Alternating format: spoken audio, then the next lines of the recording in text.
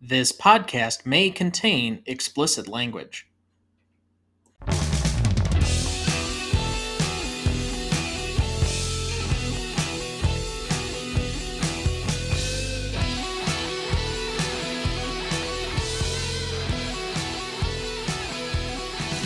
Welcome to the Greatest Movie of All Time podcast, the show that uses a unique grading style to redefine what the greatest movies are. I'm Tom Duncan. And I'm Dana Duncan. Tonight we apply our patent-pending Stanley rubric to Glory, currently streaming on Starz or through your premium subscription on Hulu, Sling, or Prime. But before we launch into this week's movie, next week we will be welcoming a new guest to the show for a movie that has been on my personal list to see for many years and is one of the most requested guest movies to date, Eternal Sunshine of the Spotless Mind, starring Jim Carrey, Kate Winslet, and Elijah Wood. You won't want to miss that one, so catch it on Peacock, which is currently free with ads before next week's show. Also, you can still sign up for our weekly newsletter, either by the website in the show notes. You can subscribe at the bottom of every page, or you can also email us at greatestalltimemoviepodcast@gmail.com. And, as always, please like, follow, rate, and review the show on whichever platform you currently use for any of your podcasts. With that, let's get to a movie that I'd only seen bits and pieces of before this week. But let's start with the historical side. Dad, you once had a Civil War roundtable group that used to meet regularly. What about the Civil War intrigues you, and what did you know of the 54th Massachusetts going into this movie? I'm a military historian. By hobby? Yeah, a hobby, by choice. I enjoy it. I read a lot about it. I study it. The Civil War ultimately has a special place to me, in part because it's Americans fighting Americans. It's brothers who fought together or who were in the army together who are now on opposite sides. It's fought all within this context of the United States, so you can actually go and see the terrain, the battlefields, where things were done. So it's just been something real interesting to me. As far as what took place with the 54th Massachusetts, I had seen the film when it was released on VHS back in, I think, like early 1990. So I had studied it a bit, was aware of it. When we were actually in South Carolina, we went to see the ocean, and we happened to be walking along the beach where the film was shot and where Fort Wagner ultimately was. It doesn't exist anymore. It's been long gone. But we did go there and walk around in that area. So I was familiar with the 54th and with Colonel Shaw, and I knew what took place, and I knew the difficulty black soldiers had in the Union Army, both from internal racism and just the absolute difficulty in dealing with the Confederate soldiers on the other side. So, with that being said, I only remember seeing clips of this, specifically that night before the final battle and then the Battle of Fort Wagner from the end of this movie. I'd never really seen anything else as part of it. And realistically, it was only done because a certain 7th grade teacher of mine that shall remain nameless, that I mentioned, I think, a couple of episodes back, presented this, I guess, as a couple of clips at the end of this film without much context. And I'm not even completely sure why we had these on, but that's really my only thing coming in. You said that you had seen this film before we did it for this week. What's your relationship to this movie? Well, this is one more of the many films that your mother and I watched and your mother denies ever seeing. Okay, that could cover an entire library. Yes. She indicated this morning, or I guess it was yesterday when we were discussing the movie, that she had never seen it and thought she would like to see it sometime. I pointed out that we watched it together.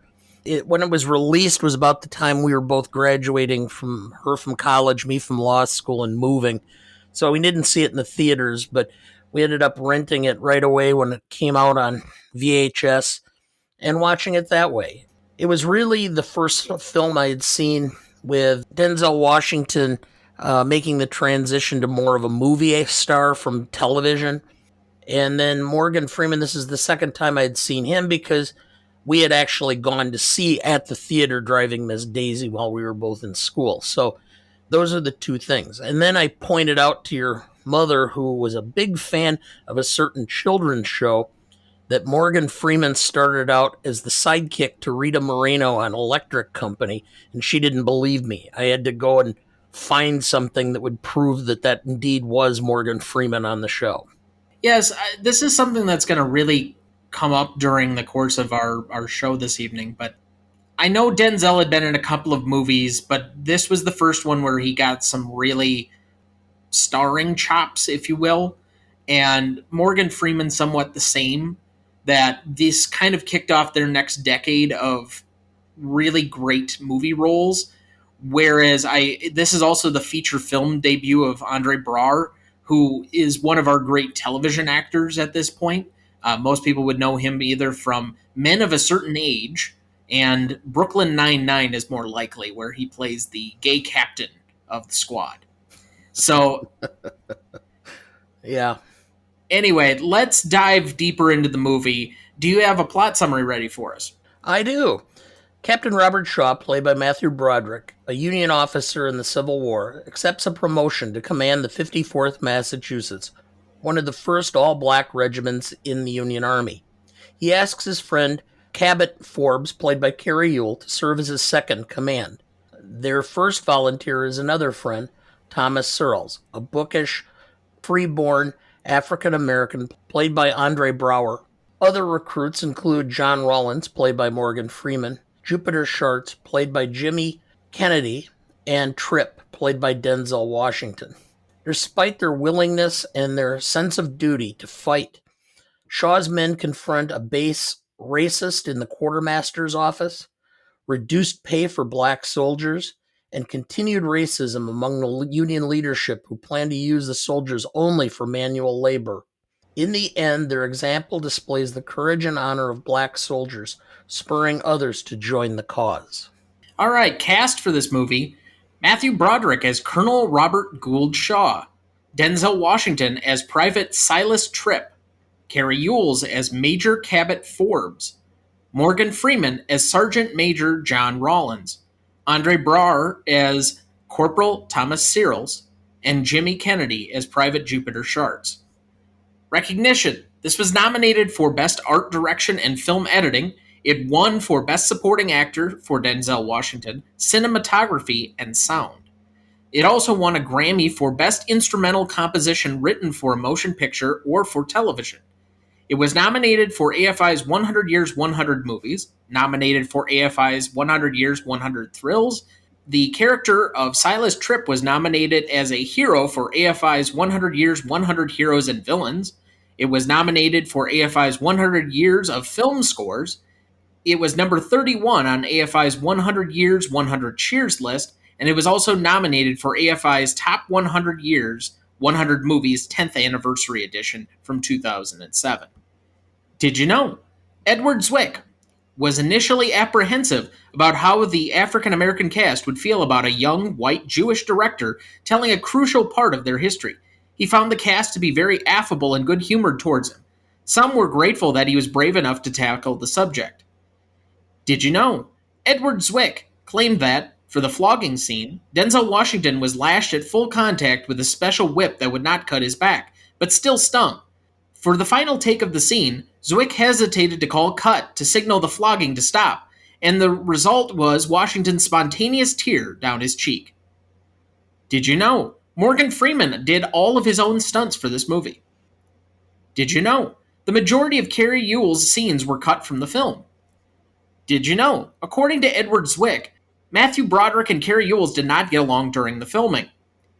Finally, did you know? Many of the first shots were taken from the 125th anniversary reenactment of the Battle of Gettysburg in 1988. Up to 15,000 participants took part. The scenes filmed at the Gettysburg reenactment were fused into the Battle of Antietam scene where it was filmed in McDonough, Georgia. Some shots show the browner, dry summer background of Pennsylvania in 1988. Others show the greener spring background of Georgia in 1989. So, with that, Dad, what do you think this movie is about? This movie is about honor, commitment, and sacrifice. Yeah, I kind of went in a lot in that direction as well. Despite the institutional and systemic challenges, one of the first all black soldiers regiments proves they are as good and willing to die for the cause as the rest. This was just one of the very early ones where it was a massacre. And they talked in here in the film about the fact that the Confederate government issued an order that any black or man in a Union uniform would be deemed to be subject to death. And there were lots of atrocities. This was not even close to the worst one. The most famous one was at Fort Pillow in Tennessee, where about 150 black Union troops surrendered with their hands up, and they were massacred by order of Nathan Bedford Forrest. Oh, shocking there. The man widely credited with the birth of the Ku Klux Klan. Correct. Yeah, how we unfortunately celebrate him in Forrest Gump is a bit unbecoming, but we'll get to that when we get to that movie. All right. So, do you want to get on to best performance then? That's fine. Who'd you have down? Denzel Washington. Same here. I think it was the obvious one. Yeah, there's a reason why he won an Oscar for this film. He had range. He had to convey certain emotions without going too far. It would have been real easy for this character to have been a caricature instead of a character. And I think was able to pull back several times and display the insolence that would be normal, considering the life he's led and the problems he's had in dealing with whites, but not going so far as to really kind of. It would have been real easy for the character to have been so angry that you would have lost all sympathy for him.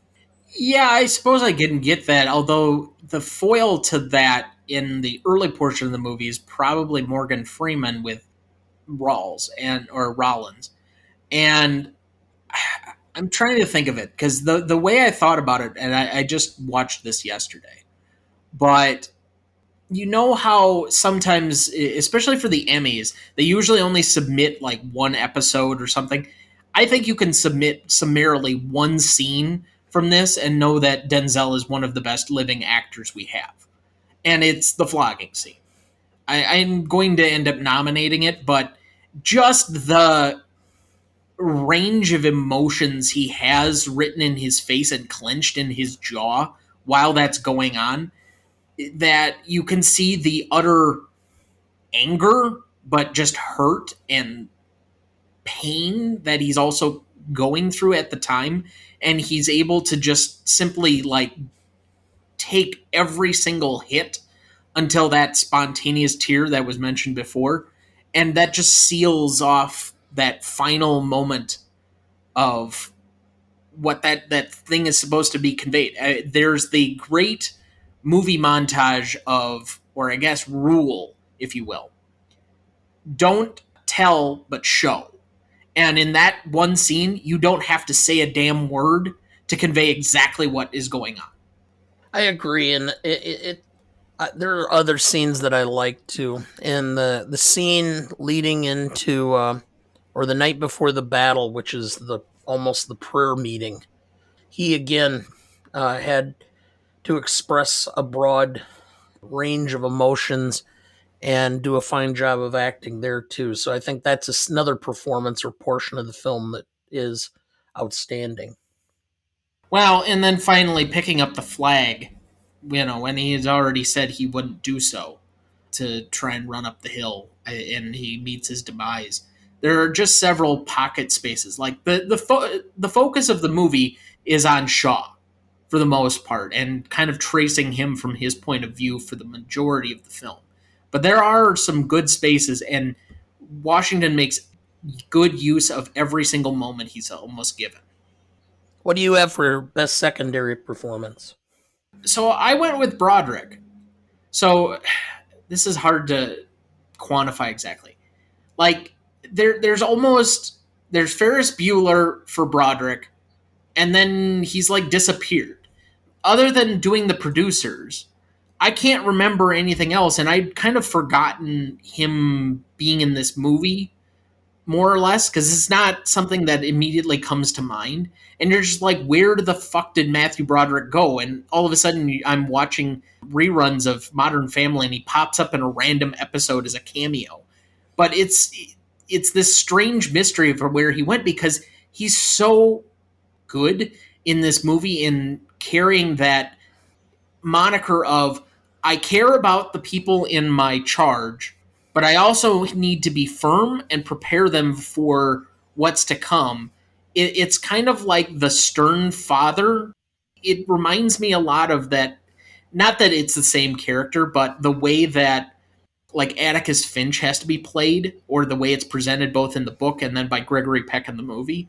That there's this real balancing act between being kind and understanding, but also having to be firm and unapologetic about being that firm with them going on. And I think, again, individual scenes stood out to me. I think I mentioned this to you the other day, maybe it was last night when we were talking, that this seems like a hodgepodge of different scenes that don't have a great narrative spine stringing it all together, but the individual scenes do stand out on their own. And that scene that Broderick has with the target practice, and he's behind Jihmi Kennedy, and he's just shooting off the rifle, faster and faster, and the way that that movement of the scene just goes, because he knows exactly what he's driving at. It reminds me so much of certain scenes from like Hoosiers. There's a coaching aspect to it. It's almost like a sports-like quality, and it's engrossing. I just love that scene, particularly from him, because he realizes through his own, I don't know, shock or level of PTSD, his own previous horror at Antietam that they set this up with, that he needs to prepare these guys for what they're going to see, and right now they're just not there.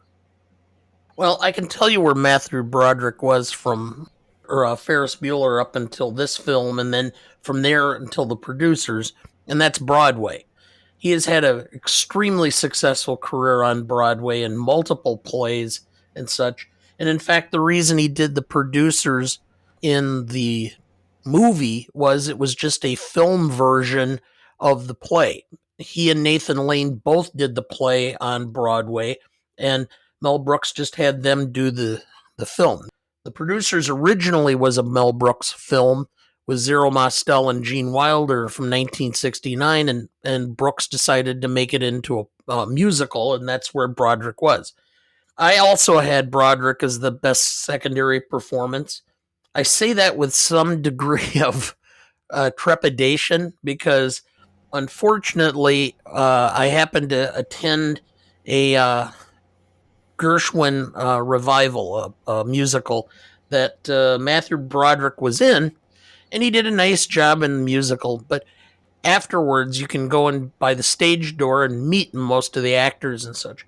And I happened to be out there with your mother, and Matthew Broderick came out, and he was not just unimpressive. He was everything you would not want a celebrity to be. And I've had a very bad taste from that experience since. But maybe I just caught him at on a bad night. But he did a fine job in this film. I mean, I can't deny that. He does a nice job of having the expression on his face where he's trying to learn how to lead as much as he's trying to lead. I mean, it's like he's trying to figure out what's going on around him and what he needs to do. And he asks the right questions, and he looks like he's trying to learn and become a better commanding officer as a result. And to that extent, there's a certain vulnerability in his performance that comes out, because you've got to convey in that position a sense that you are in charge and you know what you're doing. But by the same token, there's an aspect of it that you don't know what you're doing, and it scares the hell out of you, and you try to hide it. And that subtle difference comes out in body language and facial expression. And to me, that was the key for his performance. Well, even in some of the small things or the exchanges that he has with Andre Braugher's character, Thomas Searles, I can't talk to you or you can't direct or ask to speak to your commanding officer without permission or, and then, but allowing his guard down a little bit while he's walking through the camp, Merry Christmas. And just the little interplay back and forth, back and forth. I have to be above this, but I also recognize that I have a aptitude or a feeling for those in my care. And I think that balancing act really can be displayed. Like you really feel his challenge in that. And so I would definitely agree on that end. So do you want to go to most charismatic? Sure. And I'm sure we're going to have the same one. Morgan Freeman. No. Oh. Well, I just felt that Morgan Freeman had a presence. And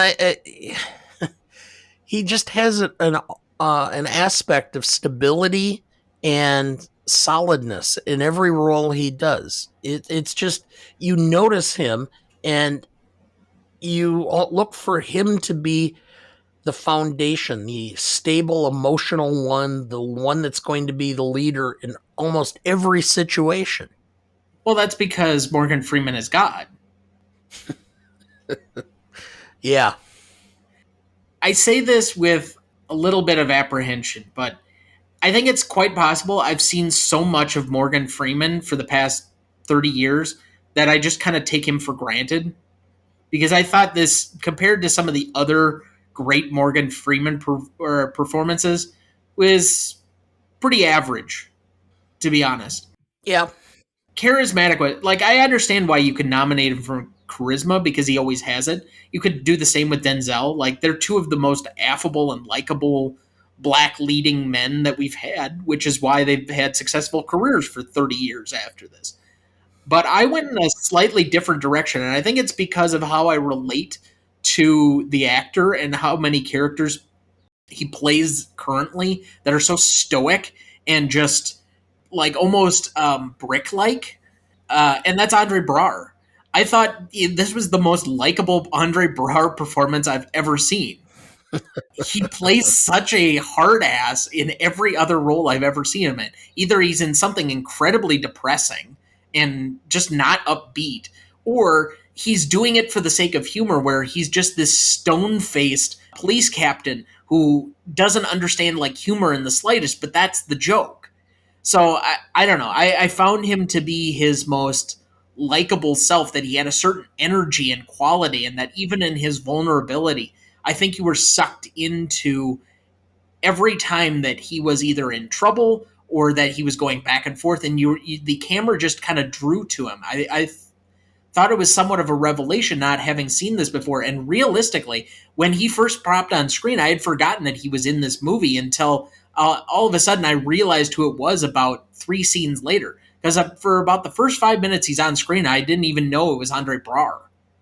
And I did try to watch his TV show with Ray Romano, and I got about 3 episodes in and stopped because I'm like, why do I want to watch a show about 4 middle-aged guys having midlife crises? Because you're already a middle-aged guy with going through a midlife crisis. Correct. I watch things to have some escape from my reality. Why do I want to watch a show that is my reality? To find something you can relate to. That's why I watch sports. Yes, because 5'3" overweight you can really relate to 6'10", 7'2" wingspan Giannis. Well, after all, Tim Duncan was my cousin. Yeah, thanks for that. That's like also saying we invented the Dunkin' Donuts franchise. It's No. not even the same damn spelling. All right, let's move on. What's the first scene you want up? Well, we already talked about it, and that's Sharts the marksman. That's the one aspect, because when I go to battlefields, I know that you guys, because I've drugged you and your sisters out to battlefields, and you don't get it, okay? But when I'm on a battlefield, I can picture the fighting. I can picture what took place on that spot, and I can feel the action. I can feel the terror. I can hear the guns. And I know that we went to a reenactment up in Green Bay one Father's Day, and they they volleyed. They actually fired their 50 caliber muskets. And the first time you hear 20 of them go off at the same time, it's spooky. And I can only imagine what these guys would go through on a battlefield, having to reload, having to seeing the guy next to you get a bullet in the face, etc. And so that scene just memorializes to me what is the real life situation of battle. And I think that was what Broderick was trying to do in the film, or what Captain Shaw was trying to do in the film. And I think it did a very good job of bringing that reality home.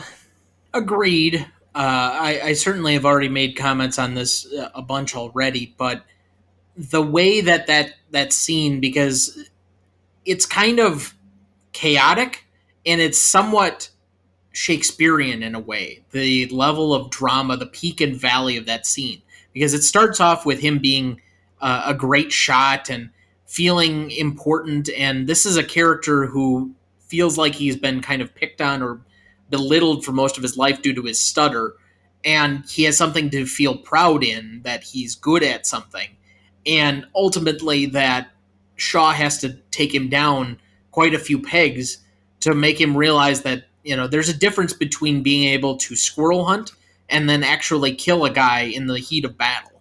And all of the things that he's seen he can't take back, but he needs to be able to relay those without making them shit themselves. Well, and Shaw was using his pistol, which the caliber on that I believe is a 25 caliber versus a 50 caliber for a rifle. So the sound even for that handgun or pistol is going to be a lot less than it would be for a musket being fired. I'm pretty sure he was using a Navy Colt. For whatever reason, the Navy designed or had Colt factories design that handgun, and it ended up becoming the sidearm for most of the officers in the Union Army. Well, he did specifically mention, "Give me your Colt revolver." So that is part of the scene. So I don't know what type of Colt revolver, but I would assume that you're probably correct. First one up for me, then, because you went with the second one I had, but your friend needs to grow up. And I think there's again, it's this balancing act, because I think that there is a way in which the Thomas Searles character humanizes Shaw and brings him back occasionally from being the complete hard ass that I think is the tendency, that he's overcompensating sometimes to try and prove to himself that he can be the leader, kind of like you mentioned that he's learning to be a leader. The confrontation he ends up having with Mulcahy about the training and being too hard on Searles and that sort of thing, and ultimately staring him down, that I do this ultimately for the benefit of them when they get into the real fighting, I think was powerful, if blunted at the same time. And I think that not only that scene, the scene he has between Mulcahy and Shaw is also a very similar situation or similar That's scene. what I was referring to. Okay, I thought you were referring to. No. Okay. Well, anyway, that scene is indeed a good scene. You know, there's an old adage: a young officer's best friend is his senior sergeant, because the senior sergeant really runs a platoon or a regiment. So I had the scene involving the Emancipation Proclamation, and then the subsequent time frame, which was the announcement of the Confederate government that they were going to execute any. There's a huge gap in between there. You're skipping back and forth a bit with that. That's two very completely different parts of the movie. I understand, but I think both of them are kind of pivotal moments from a historic standpoint. One is, and this is why I'm drawing them as parallels. One is a motivation to join, and the other is the reality of what that meant. The potential that you could not only die in combat, you basically are going to have to die in combat because you can't surrender. So the implication of the stakes are certainly raised by that scene. I'm just going to then wipe out your Emancipation Proclamation because to me, I was so distracted by the fact of, well, I heard from somebody in Stanton's office that they're going to. Who the hell is discussing that Lincoln is going to make this proclamation to a doctor who's out at the battlefield at Antietam? Like, that seems so absurd to me. They're throwing this in order to shoehorn this part of the plot line instead of just like starting where they probably should have, which is at him getting appointed the command. I can understand your point, and it was a rumor out and about for a long time because Lincoln actually proposed the Emancipation Proclamation over the summer of '62, and William Seward, the Secretary of State, counseled Lincoln and said, "You really don't want to do this from a position of weakness. You want to do this after a victory so that it's out of a position of strength because it'll carry more force." So Lincoln ended up putting it in his desk and leaving it there and had to wait for a victory. And in Antietam, it was pretty much a draw, but at least it forced Lee back across into, or from Maryland back into the Confederate States. And so it was considered a victory. When you consider that McClellan had Lee's battle order, his whole invasion plan, in his possession for 10 days before he decided to act on it, the fact that that Antietam itself was more or less a draw is just evidence of the absolutely horrendous generaling of George B. McClellan. But anyway, it was done, I think, the Antietam scene, more or less for context of where things were and how even a victory by the Union was perceived as not that great of a victory. And then you went through and they discussed Fredericksburg and Chancellorsville came up ultimately before they were shipped to South Carolina. So you got to feel the struggles of the Union through the film. Yeah, let's go back to though the part that you actually did nominate for the stakes. I do think that is something we don't need to overlook. The level to which the stakes were raised by comparison to everybody else. You say that you can't essentially surrender, and that was carried out. You had the real life example to back it up from before. The meaningfulness of I'm going to let everybody out and nobody leaves, I think is also impactful off the back of that scene. Correct. Because it again shows the, I guess, strength and courage that this film is supposed to be specifically notarizing about this regiment. All right, so the next one I had down is The Deserter. And it's specifically Denzel Washington gets caught leaving camp and then is flogged. And again, I go back to the amount of pain conveyed in his face. Just simply, if there was a way to clip off him with or them taking his shirt off and then whipping him while he's staring down Matthew Broderick. And the first couple ones are just straight anger. You can see the fury behind it. And then with each stroke, it just seems to be more and more pain till you get that final moment. And I think it was an incredibly powerful piece, although it didn't seem to fit always with everything else that was going on in the movie. I don't know if it was a matter that it was a scene that was out of place. I just liked the scene itself, even though it didn't necessarily fit with any type of narrative that they were saying about the movie. I thought the scene was very well done.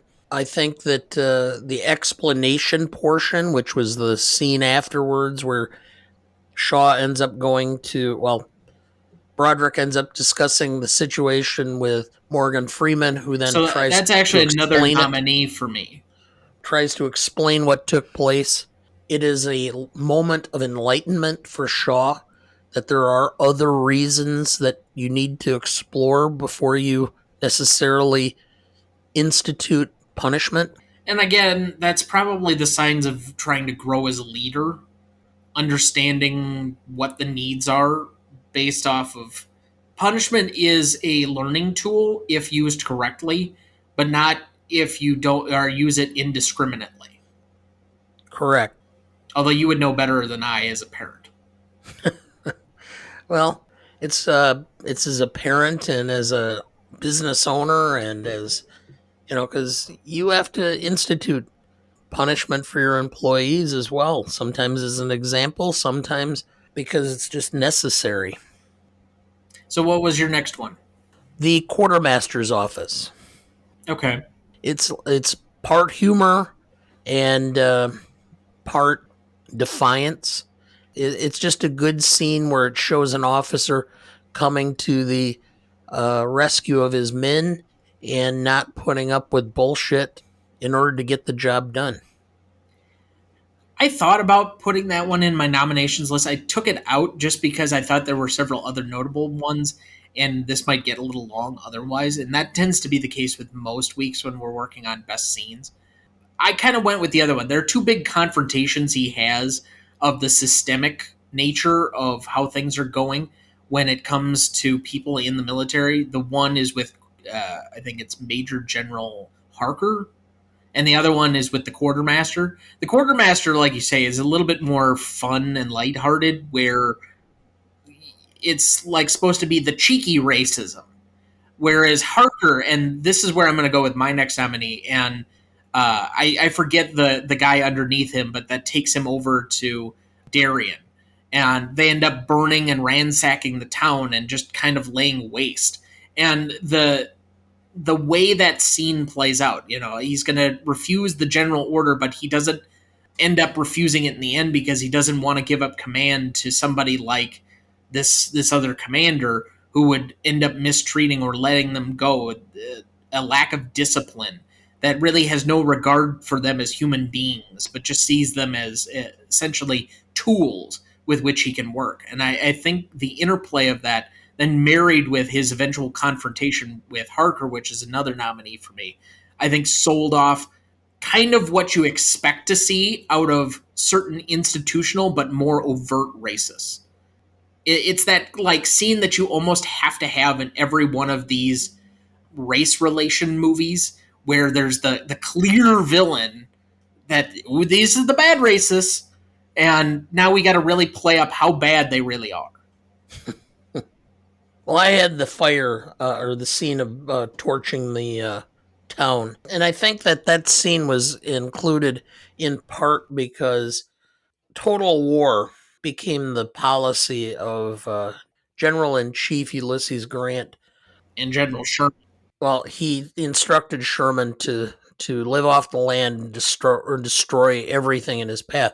And to this day, if you fly over Georgia and you take topography photos, you can see the difference or the change in vegetation as to the path that Sherman went from Chattanooga through Georgia, through Atlanta to Savannah. And you can see the path, the difference in path 155 years, 56 years later.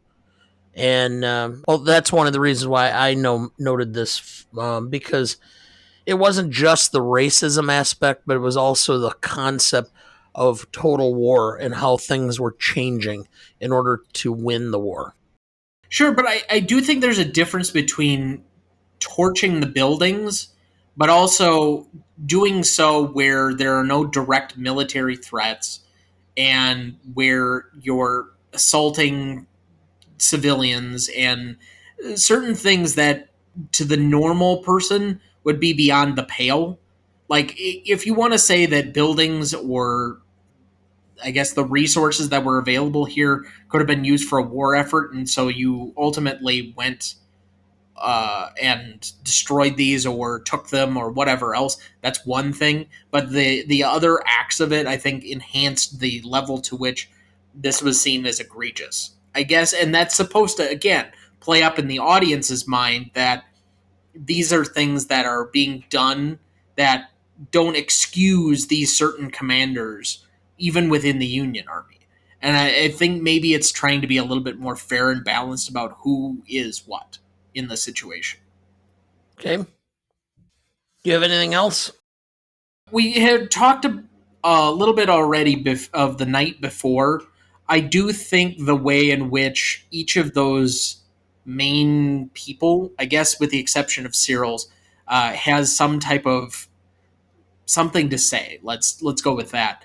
And all of them speak somewhat from the heart, giving a certain level of vulnerability. And I think part of the reason we ended up watching it in seventh grade, that particular scene, had to do more with the mentality or the attitude of people that are facing down almost certain death in a way.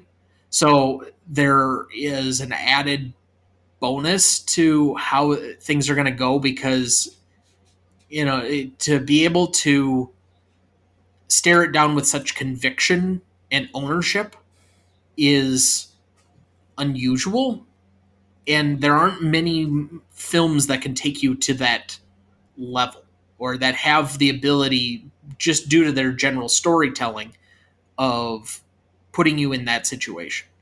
The other one I think I would mention yet is Fort Wagner, and I guess the ending. Just because the sequencing and the cinematography, the way they did a lot of those shots. Again, this isn't big speaking parts, but there is just generally them running down the beach and trying to take something. There is something that it implants in your mind. And even to the degree of which they were able to accomplish some rather large set pieces, what I felt were extraordinary. Agreed. I think they did a very good job of portraying the battle itself. And they kind of left it to think that everybody was eliminated or lost, that it was a complete rout. And I just want to correct that. And I don't know if we should do it now or if towards the end of the No, show. you could do it now. I mean, that's fine. Okay, actually, according to the official reports, the between the states, or official report that was published as an encyclopedia, the Second Battle of Fort Wagner was fought on July 18th, 1863. Of the regiment, which is approximately 300 soldiers, 20 were known dead, 129 wounded, 104 were missing and presumed dead. So or of the of the troops, it was pretty much everybody either got wounded or killed. There probably wasn't too many that weren't, but there were several that were able to survive their wounds.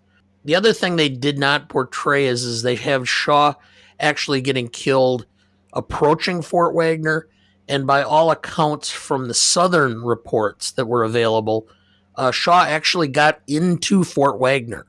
In fact, the group he was leading had actually breached the wall and was in. That's the furthest anybody had accomplished or had gotten into Fort Wagner in the multiple tries that they had done.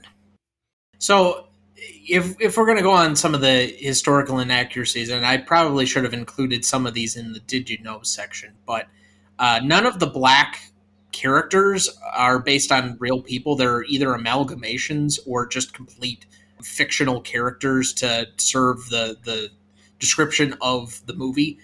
Even Cary Elwes' character is based on another real person, but is not somebody. There is no Cabot Forbes Correct. in actuality. So the only real person that I think is in here is Robert Gould Shaw, and the rest of these are all cinematic tales or somewhat fictional characters. Also, it says at the end of the movie that they never took Fort Wagner. There is something on the basic Wikipedia research that did say that they did take Fort Wagner after it was abandoned later that year. So that more or less is slightly inaccurate, but even so. Supposedly, about half of the regiment was injured, wounded, dead, or whatever after this battle. About half of it still survived.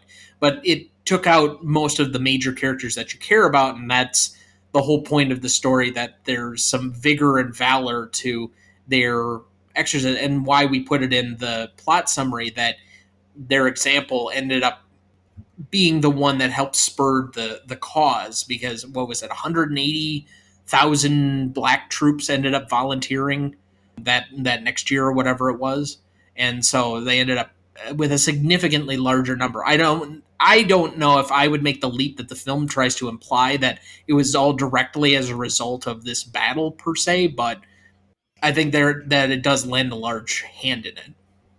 Well, the character that you said it was an amalgamation, and it was the character that Denzel Washington played, at least in part, during the Battle of Fort Wagner. One of the soldiers took the flag and was advanced with Colonel Shaw to the edge of Fort Wagner.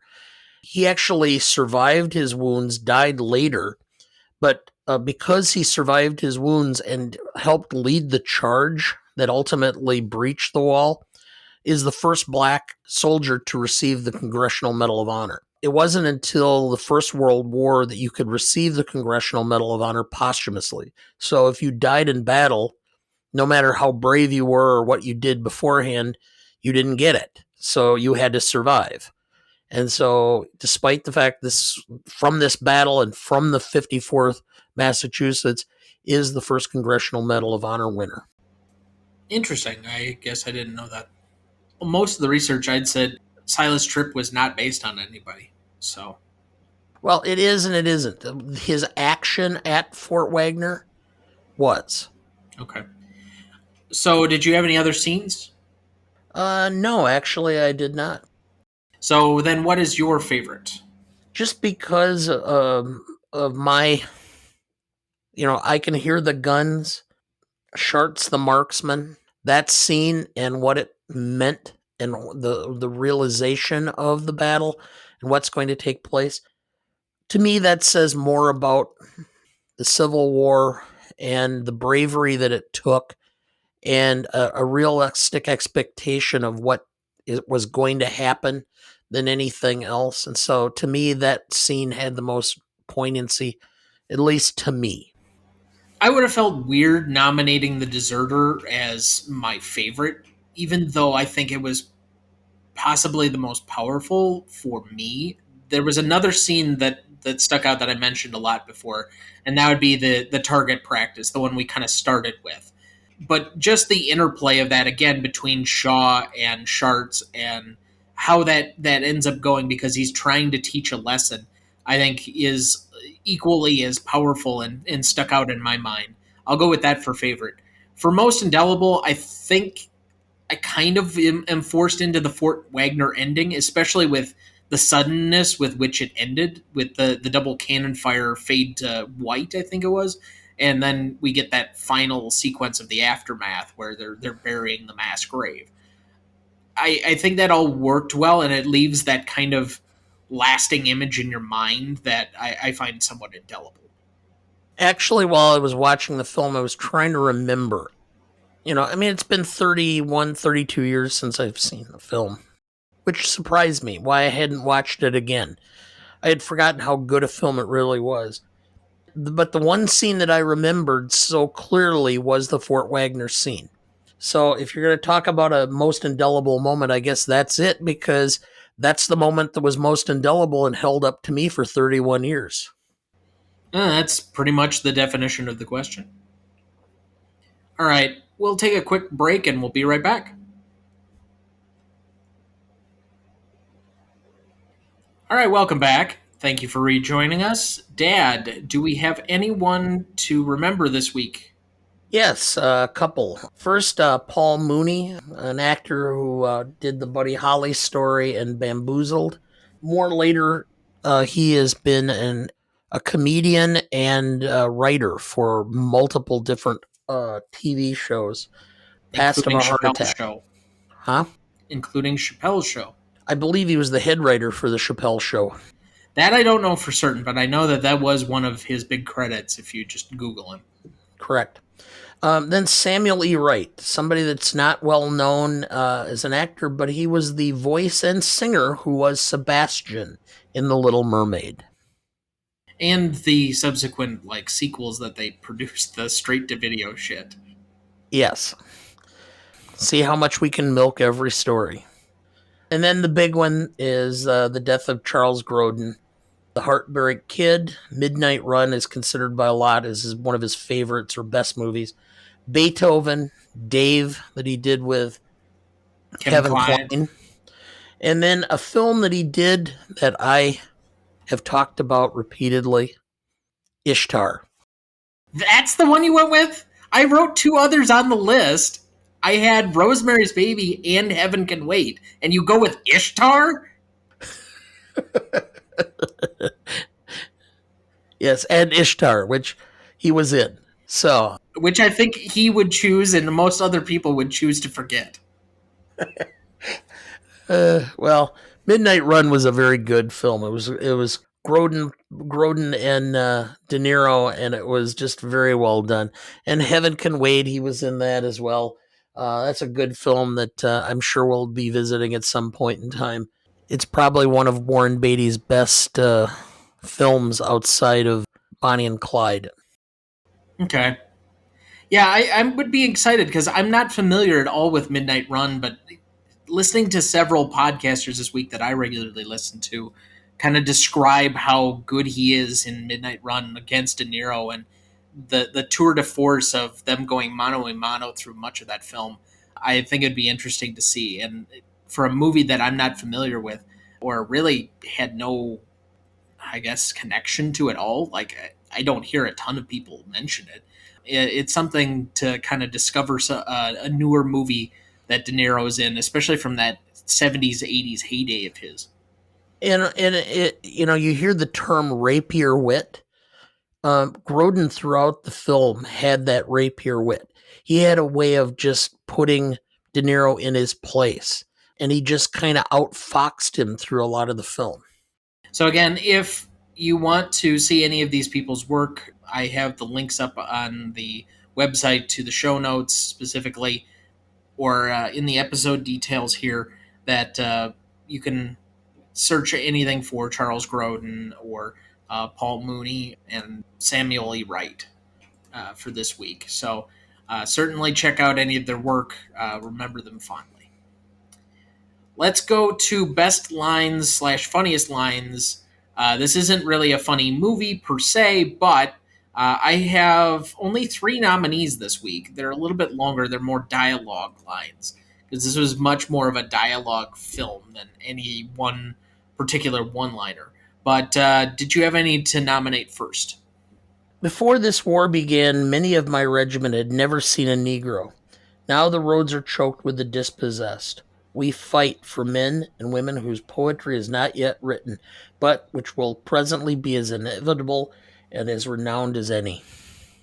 All right, the first one I had down was I'm from around Tennessee. I ran away when I was 12 years old and I ain't never looked back. Sharts. What you doing since then? Trip. I run for president. I didn't win though. Probably the funniest line from the entire movie. Sharts. What about that book?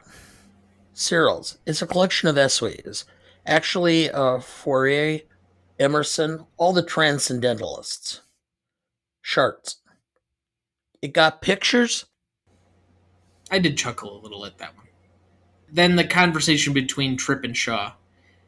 I ain't fighting this war for you, sir. I see. What's the point? Ain't nobody gonna win. It's just gonna go on and on. Can't go on forever. Yeah, but ain't nobody gonna win, sir. Somebody's gonna win. Who? I mean, you get to go on back to Boston, big house and all that, but what about us? What do we get? Well, you won't get anything if we lose. I think there's a lot packed into that specific line and how that ends up playing out because in a lot of ways, and this is going to come back around when we get to the scoring here, but you want to say it somewhat as a metaphor, and we've kind of joked about it at times, but it's kind of still haunting us. Nobody's really won the Civil War. Yeah, the Union is still together, but we're still fighting. Correct. And yeah, it's kind of the attitude you have to fight for the lack of a reason not to, but it's still been in this kind of endless cycle of fighting the next race war, whether that's with physical actual fighting or if that's currently through cancel culture or whatever you want to have. I just think there was a lot packed into that moment. You have any other nominees? Okay. Left, right, left. What the hell's wrong? Are you doing, boy? Don't you know your right from your left? Sharts. No, sir. No. How many here don't know their right from their left? Jesus have pity. All right, the final one I had, and forgive me, audience, but there are certain words that even I can't say, and it's because I'm a average, privileged, upper class white man, and I'm not going to say the N word. I'm just not going to do it. Not going to invite that. Not even for the potential of the controversy. But anyway, Trip and Rawlins. Trip and Searles are about to fight when Rawlins steps in. Get your hands off me, gravedigger. God damn it, does the whole world gotta stomp on your face? N. You better get your hands off of me. Ain't no N around here, you hear me? Oh, I see. So the white man give you a couple of stripes, next thing you're hollering and ordering everybody around. You like the massa himself. And you ain't nothing but the white man's dog. Shit. Rollins slaps him. What are you? So full of hate you have to fight everybody because you've been whipped and chased by hounds? Well, that might not be living, but it sure as hell ain't dying. And dying's what these white boys been doing for going on 3 years now. Dying by the thousands. Dying for you, fool. I know 'cause I dug the graves. And all the time I keep asking myself, when, oh Lord, when gonna be our time? Gonna come a time when we all gonna have to ante up and kick in like men. Like men. You watch who you call an N. If there's any N around here, it's you. Smart mouth, stupid ass, swamp running N. And if you ain't careful, that's all you ever gonna be. Do you have any others? I do not. All right, let's go to the Stanley rubric. First one up is legacy. Again, I don't know if you're doing the two-tiered test that I've now instituted on my own for my own satisfaction of the points, but what did you have down for legacy? Legacy, I think that it's got an 8.5. I think it did bring new knowledge and sense of the 54th Massachusetts and what took place and the role black troops had in the Civil War and kind of memorialize that. I don't think this was something that was well discussed or thought about or considered by a lot. And so to that extent that there is a legacy that comes through this film. It's fictionalized, but I think it did highlight a lot of information and made Colonel Shaw into much more of a central figure in the Civil War, despite the fact that he basically had very limited battle experience. So my two-tiered here, we'll go with the, I guess, industry itself. This 1989 year, and while I don't think that this film specifically launched either Denzel or Morgan Freeman, it did help that Morgan Freeman was in this and he was in Driving Miss Daisy. And it helped that Denzel was in this and Do the Right Thing. And so that both guys started to be in more movies, started to be more relevant, and both were nominated. Denzel won that year. Morgan Freeman was up for Best Actor for Driving Miss Daisy. He didn't win. That went to Daniel Day-Lewis for My Left Foot. But even if it wasn't for this movie exactly, and then you throw in Andre Braugher's first film, I think it did a lot to start promoting more black actors to be the next class, because realistically, and you can correct me if I'm wrong, I don't really remember another leading male actor who was black that was charismatic other than Poitier that had the certain level of star power that some of these guys did. And this kind of can be seen somewhat as a film that helped promote these guys to a next level, or at least put them in a movie where they could show they could handle the star power needed to compete. Recognized with several awards that year, including one of the first big years, I would say, for quote unquote black film, because, okay, Driving Miss Daisy is now kind of laughed at as being promotional of race relations, and we kind of, especially when now linked to like Green Book and the Oscars race and all of that. But this is the same year as Do the Right Thing, and all of the things that kind of come about that. And so that we're starting to, again, promote that area of cinema. And it had a decent enough box office. So I gave it 4 out of 5 for the industry side of it. A lot of people actually know about or have seen this movie. Like the other day, so many of you know I host the Dynasty Download with another friend of mine. And I just offhandedly mentioned this movie to Ethan, not thinking much of it or that he'd respond, but simply put, he said, really great movie. To the point where I'm like, oh, not only have you seen this, but you have an opinion on it. So I think this is one that we may not talk about. It's not something that comes immediately to mind, but you mention this movie to people, and I think most people that especially grew up in the 90s, maybe not anybody like 25 and younger, but the kids who kind of grew up in the 90s and adults somewhere between yours and my age, where there's a significant gap, probably at least know of and have an appreciation for this film, even if they've only seen it once or twice. And so I do think it has a certain level of staying power in that, even though it may not be like anybody's favorite film or something else. So I mean, I even the impression it made in seeing a couple of those scenes in seventh, eighth grade were enough of a lasting thing when this came about. We were talking about military films. This has been one that had been on Netflix for a while, and I thought this would be a good one to suggest for this because it does tie in like your Civil War love and military month. But again, I think this is one that kind of flies under the radar, but when you bring it up, people actually do know it. So I'll give it a little bit more than I otherwise would. I gave it a 3 out of 5 on that one. So combined, total of 7. So then between us, that averages out to a 7.75 for Legacy. Impact significance, I again do the 2-tiered test. Again, this helps launch some pretty good careers for both Freeman and Denzel in the next 5 to 10 years. You start listing off some of the just absolutely great films that they end up producing. Denzel with Training Day, with Malcolm X, with Hurricane, with I'm trying to remember the submarine movie that I all of a sudden it escapes me. Crimson Tide, that's what it was. Or you start to talk about Morgan Freeman with him being in Unforgiven or being in Shawshank Redemption or Seven.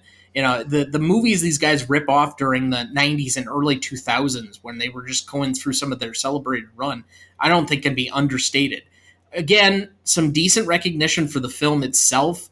Not great, but, you know, decent enough that it won an Emmy, it won a couple, or not an Emmy, it won a Grammy, it won several Oscars, including Denzel for his performance, the first of his 2 Oscars. And you do have some recognition. I gave it a 3.5 out of 5 on that end. I don't have any contemporary reports or anything. You'd have to correct me if I'm wrong, but I don't remember anybody being like over the moon having to see glory or whatever else. I think this finished at the box office like number 26 of that year, if my research was correct.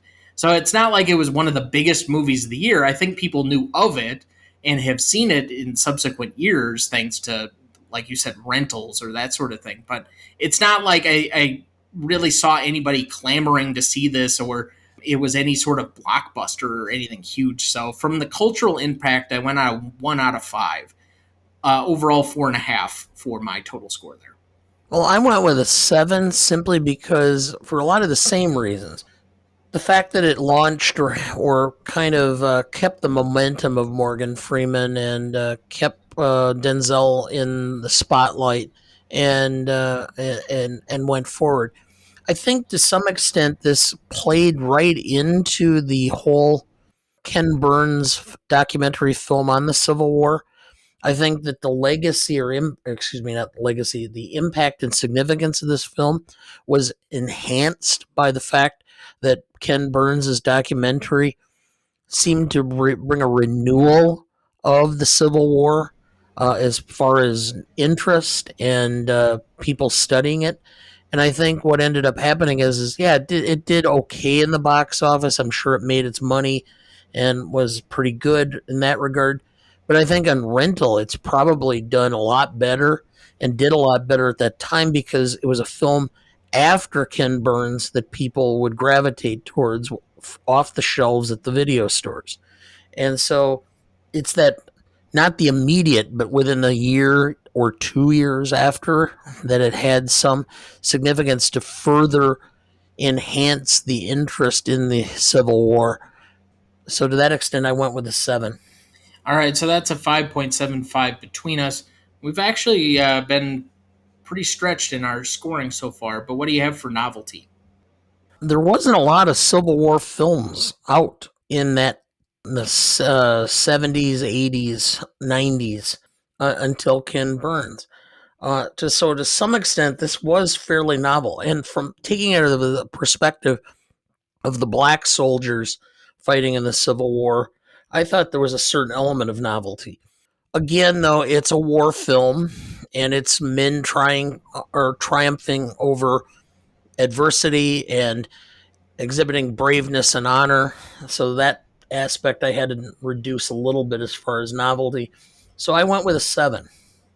Okay, the way you presented that, I would have thought you would have gone higher. And we're going to get into this. This is kind of my open-ended question, but whether or not this is a white savior movie. Uh, I think this isn't nearly the clear-cut case that you could make in like Driving Miss Daisy as far as race relations and making it cutesy. I think this actually serves to do a little bit better job, but in many ways, Shaw is portrayed as being the caring, father-like, nurturing, but stern character, where he doesn't seem to have racist tendencies. And I'm sorry, he was a general in the Civil War when things were going. There weren't many non-racist white people that didn't have at least some passive aggressiveness. I just find it very hard to portray him as being the I also always care about black people type of like almost messianic character that he seems to be at times. That being said, you kind of really reflect it, and I know that a lot of the conversation is Driving Miss Daisy versus Do the Right Thing.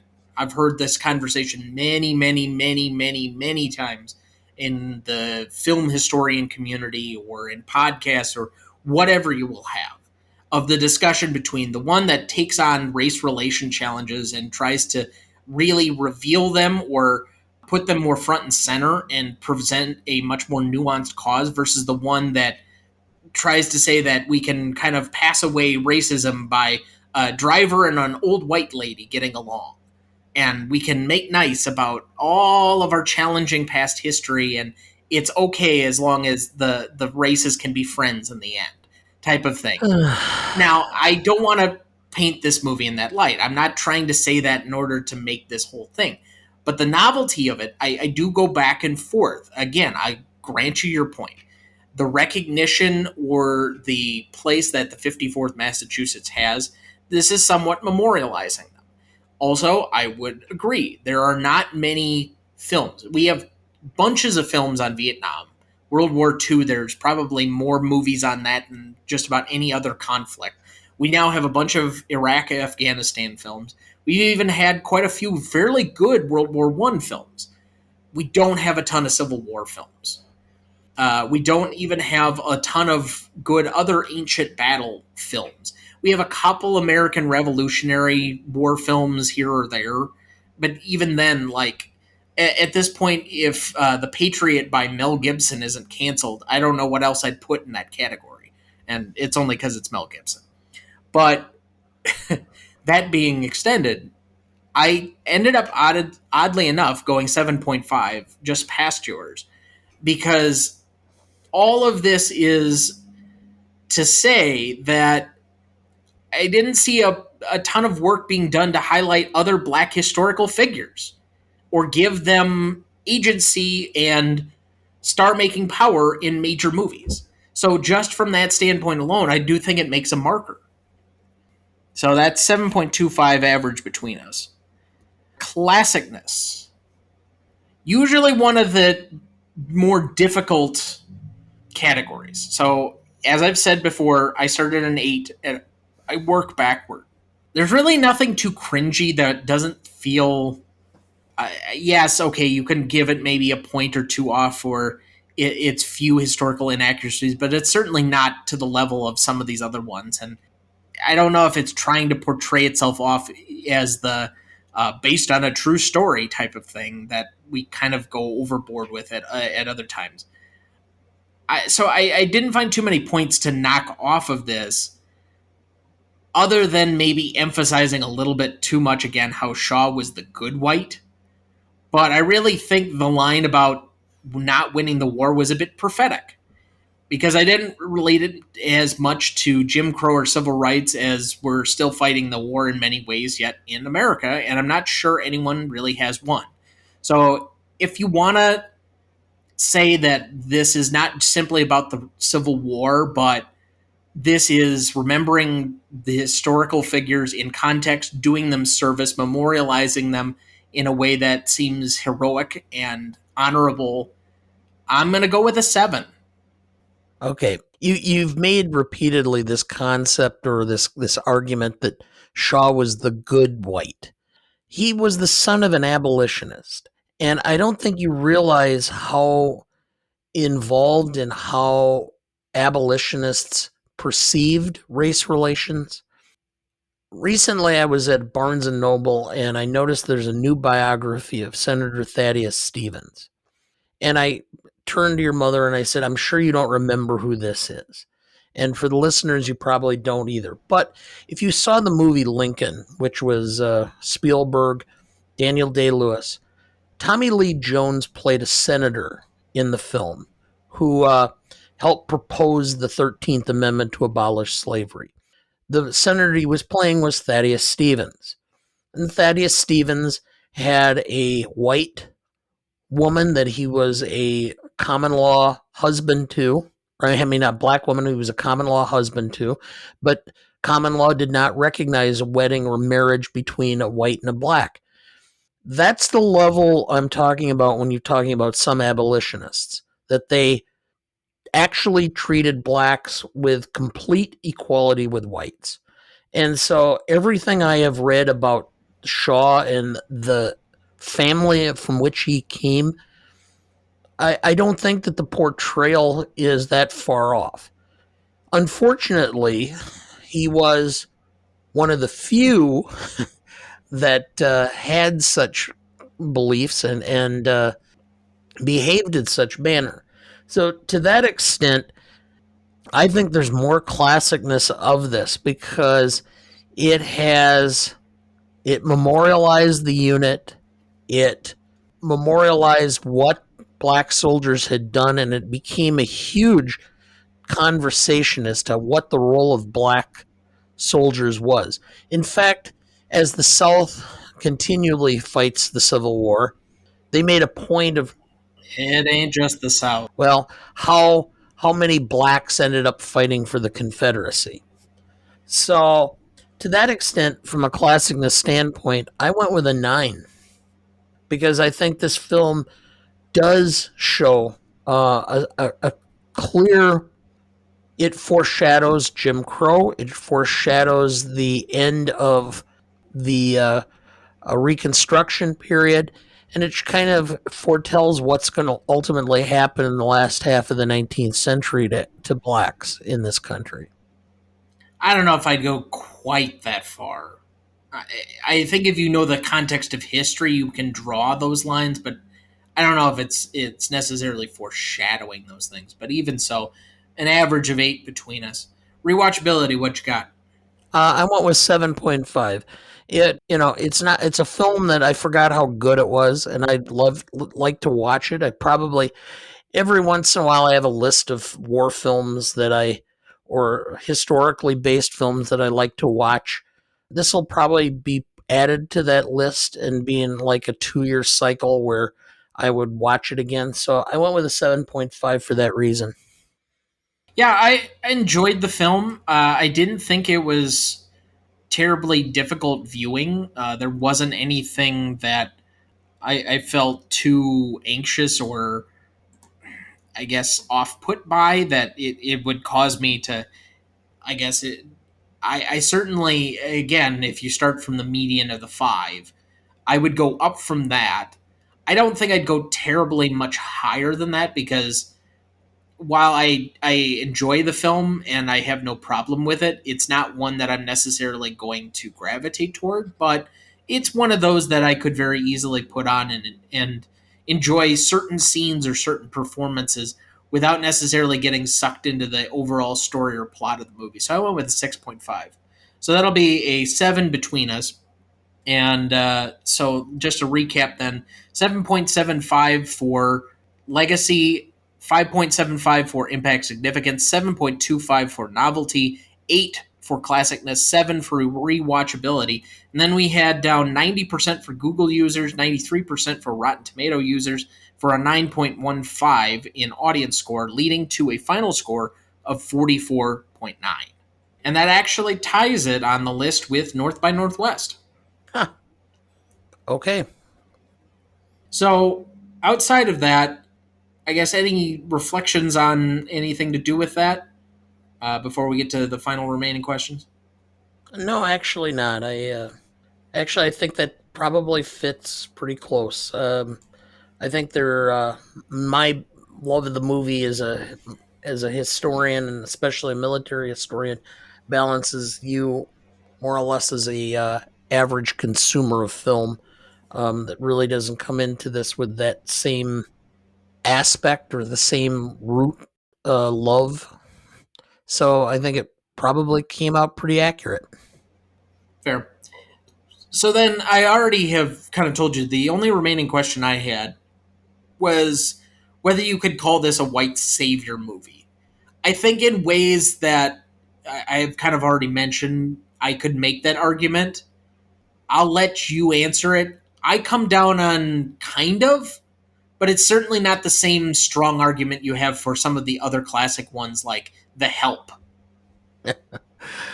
Well, it portrayed what was going on at the time. I mean, you know, the lines where Morgan Freeman's talking about the white men dying for them. You know, they didn't have any rights. So it can't necessarily be a white savior film if indeed you were the saviors, because they were in slavery and in bondage up until that point in time, until the Union said enough and we're going to fight this. And it's going to divide the country, but we're going to do it. So, yes, to some extent it is, and you could probably categorize it as such, but it's a realistic telling of the history that really existed. So I don't know if you can categorize it inappropriately because it kind of actually shows what really took place. So, for the sake of it, I do have the definition here. The white savior is a cinematic trope in which a white character rescues non white characters from unfortunate circumstances. Now, that's a little bit overbroad, but I can see it in this. But I agree with you, and it's the one problem I have with anybody who really tries to overemphasize the white savior as being a problematic trope of movies. Unfortunately, when you have so much power and privilege in one section, you have to have characters who are willing to give up or willing to help in order for them to take it back. Now, those don't have to be glorified or deified in the way that we have with some of these movies because they're flawed people. You know, for every Lyndon Baines Johnson signing the Civil War, or excuse me, the civil rights bills and trying to push through the legislation, there's some of the crap he did from Texas that really wasn't all that great. Or the way that he talked about them just generally from any of the memoirs or plays or things that we've done about them. You know, he's not a perfect human being by any stretch, but he did accomplish something rather extraordinary and got something through in a way that I don't think Kennedy would have, because it was a little bit more personal for Johnson. So you have to bat that back and forth with giving it some context and some nuance. I think that's the one thing that maybe would spruce up the quote unquote white savior is to give them some more notable flaws and make them more anti heroes as opposed to these, again, deified white people. But maybe that's just me Well, trying to give it in a little bit of characterization. just remember that there's only been one perfect person, and they crucified him. Fair enough. Do you have any remaining questions? No. All right. Well, any last thoughts for the week? No, I just wanted to comment. I apologize. I'm sure you do too for the fact that we had to kind of take a break from the schedule due You to know, some personal work or tragedy and such. you can say it on your end. I am at the point now with doing the show. This is, I think, going to be episode 67 by the time we post it. I'm not going to apologize for doing the or taking some time off or taking some needed breaks because everybody needs those to balance out. And we had some understandable issues. You can say what you want, but as far as I'm concerned, sometimes you just need to have those. And I refuse to apologize for that, other than that we had promised people one thing and ended up having to do something else. Well, John Lennon, life is what you live while you're making plans. Life is what happens while you're making other plans. Yeah. And I think that that's kind of what takes place is once in a while things just happen that Take priority. yes, it puts a perspective. We do this because we like to, and we like to be able to talk about films and such. And actually, I'll just point this little thing out. Today is the day we're recording, and it doesn't matter what day it actually is because no one knows about this date except a few people. But I had a brother who was stillborn before I was conceived. His name was Kirk, as in Douglas. Today would have been his 59th birthday. So it was something that we always discussed in my family among my parents and such. I always comment that if he would have survived, there's probably very little chance I would exist because my mother got pregnant again about 9 months after he was stillborn. But still, I just wanted to point that out because yet again, one more name in the movie genre for my family. Well, this is my life. It always will be. There's nothing else. Just us and the microphones. And those wonderful people out there in the dark. All right, Mr. DeMille, I'm ready for my close-up. Next week, as I mentioned before, we will be featuring Eternal Sunshine of the Spotless Mind, starring Jim Carrey, Kate Winslet, and Elijah Wood, currently streaming on Peacock, which is again free with some ads. You won't want to miss that one. Please like, follow, rate, and review, or whatever on whichever platform you have so that you can join in on our fun. You can also email the show at greatestalltimemoviepodcast@gmail.com. Find us on Instagram at @gmotepodcast, or find Dana and I on Twitter at TJ3Duncan or at Dana W. Duncan. The Greatest Movie of All Time is a production of Ronnie Duncan Studios. Our show is mixed, edited, and written by Thomas Duncan. Our music is thanks to Purple Planet Music. Our technical provider and distributor is Captivate FM.